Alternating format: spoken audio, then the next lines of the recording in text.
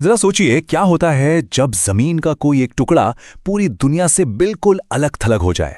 मेरा मतलब है एकदम कट जाए। जब भूगोल इस तरह का पूर्ण एकांत बना देता है ना, तो प्रकृति अपने सबसे चरम और कह सकते हैं सबसे रहस्यमयी रूप में सामने आती है। आज के इस विश्लेषण में हम दुनिया के 10 ऐसे ही रहस्यमयी द्वीपों की गहराई में जाने वाले हैं। हम देखेंगे कि कैसे सिर्फ भौतिक दूरी और एकांत सीधे तौर पर जीवन और मौत को आकार देते हैं।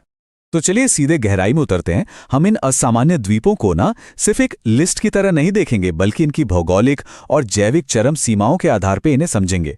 ये देखना वाकई हैरान करने वाला है कि कैसे इन जगहों की अजीबोगरीब भौतिक बनावट और उनका भयानक अलगाव प्रकृति की असली और खौफनाक ताकत को उजागर करता है। हमारे इस सफर का रास्ता कुछ ऐसा रहेगा। सबसे पहले हम विचित्र जैव विविधता और अजीबोगरीब जलवायु वाले द्वीपों को देखेंगे। फिर हम उन जगहों पर जाएंगे जहां जानलेवा वन्य जीवों का राज है।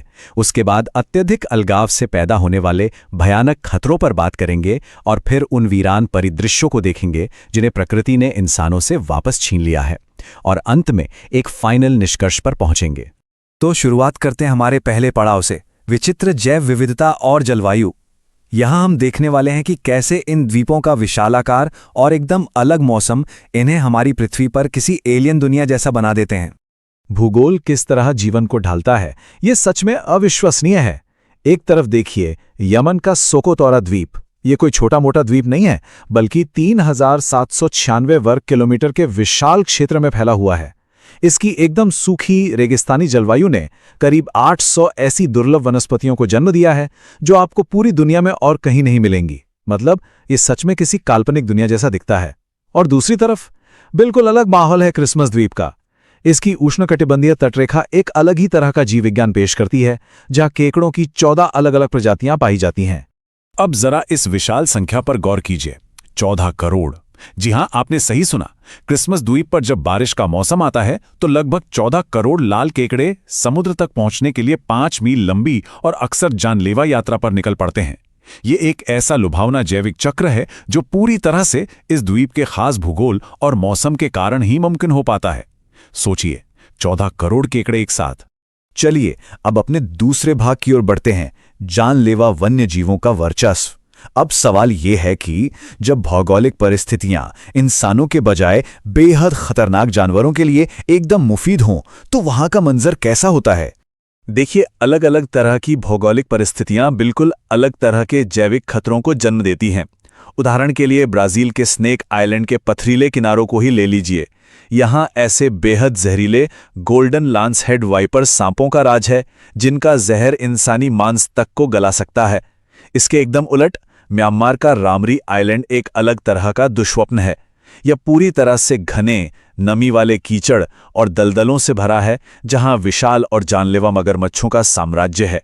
स्नेक आइलैंड के हालात इतने ज्यादा खतरनाक हैं कि इस छोटे से द्वीप पर 4000 से भी अधिक सांप रेंगते रहते हैं। मतलब हर तरफ सिर्फ सांप ही सांप। इसी भयानक सघनता की वजह से ब्राजील की नौसेना ने किसी भी आम इंसान का यहां कदम रखना पूरी तरह से और सख्ती से प्रतिबंधित कर रखा है। और रामरी आइलैंड का भूगोल तो इतना घातक साबित हुआ है कि इसका नाम बाकायदा Guinness book of world record में दर्ज है। बात द्वितीय विश्व युद्ध की है, जब इस द्वीप के दलदली भूगोल का खौफनाक फायदा उठाते हुए मगरमच्छों ने करीब 1000 जापानी सैनिकों पर हमला कर दिया था। उनमें से केवल 20 सैनिक ही जिंदा बच पाए थे। ये इस बात का एक बहुत ही खौफनाक सबूत है कि जब इंसान प्रकृति के खतरनाक भूगोल को हल्के में लेता है। अब हम अपने तीसरे भाग की ओर मुड़ते हैं, अत्यधिक अलगाव के खतरे। यहां हम देखेंगे कि कैसे दुनिया से पूरी तरह कट जाना सिर्फ संसाधनों को ही खत्म नहीं करता है, बल्कि इंसान के दिमाग को भी एक भयानक त्रासदी की ओर धकेल देता है। ये कहानी है क्लिपर्टन द्वीप की, जो पूर्ण अलगाव का शायद सबसे डरावना उदाहरण है। 1900 में मेक्सिको ने यहां एक सैन्य कॉलोनी बसाई। शुरुआत में सब कुछ एकदम ठीक था, लेकिन फिर 1910 में एक राजनीतिक क्रांति हुई और सरकार इस द्वीप को पूरी तरह से भूल गई। आपूर्ति वाले जहाज आना बिल्कुल बंद हो गए। पूरे 7 साल तक ये जगह दुनिया से कटी रही। फिर 1917 में जब बचाव दल आखिरकार वहां पहुंचा, तो उन्होंने जो देखा वो रूह कपा देने वाला था। हुआ ये था कि इस मूंगा चट्टान वाले द्वीप का भूगोल बिल्कुल बंजर था, जिसने वहां फंसे लोगों को सीधे भुखमरी की ओर धकेल दिया।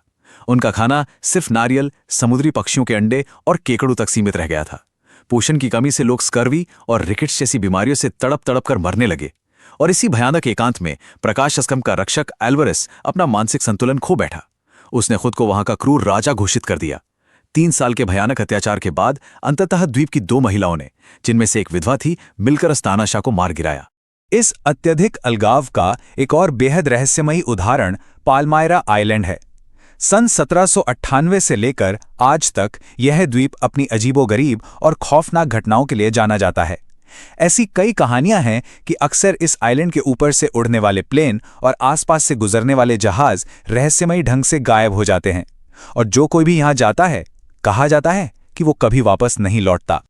अब आते हैं इस विश्लेषण के चौथे भाग पर, वे परिदृश्य जिन पर प्रकृति ने फिर से अपना कब्जा जमा लिया है। वो जगह जिन्हें इंसान ने बसाने की कोशिश तो की, लेकिन प्रकृति ने उन्हें वापस छीन लिया। ये चारों द्वीप इंसान की हार और प्रकृति की जीत के जीते जागते प्रतीक हैं।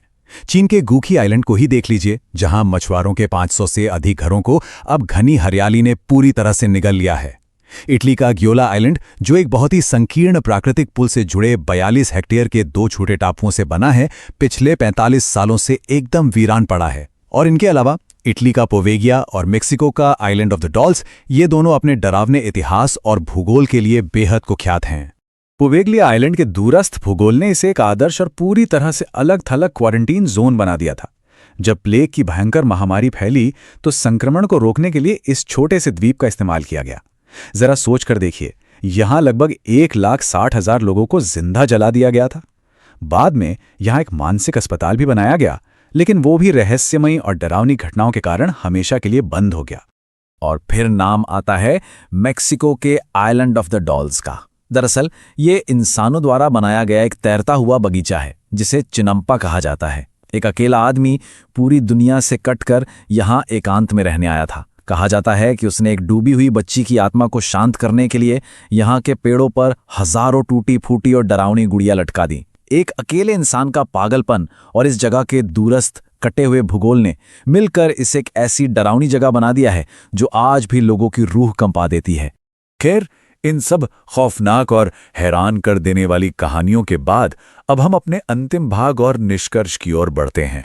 तो इन सब के बाद एक बहुत बड़ा सवाल मन में आता है, अगर अत्यधिक अलगाव, जानलेवा वन्य जीवों, इंसानी पागलपन और एकदम अजीबोगरीब जीव विज्ञान को जन्म देता है, तो क्या सच में हमारे ग्रह के कुछ हिस्से मौलिक रूप से ऐसे बने हैं जो मानव जीवन को सिरे से अस्वीकार करते हैं? प्रकृति का अपने एक दायरा है, अपने नियम है, और जब इंसान उस सीमा को पार करने की कोशिश करता है या उस पर हावी होना चाहता है, तो प्रकृति खुद अपने नियम लागू कर देती है।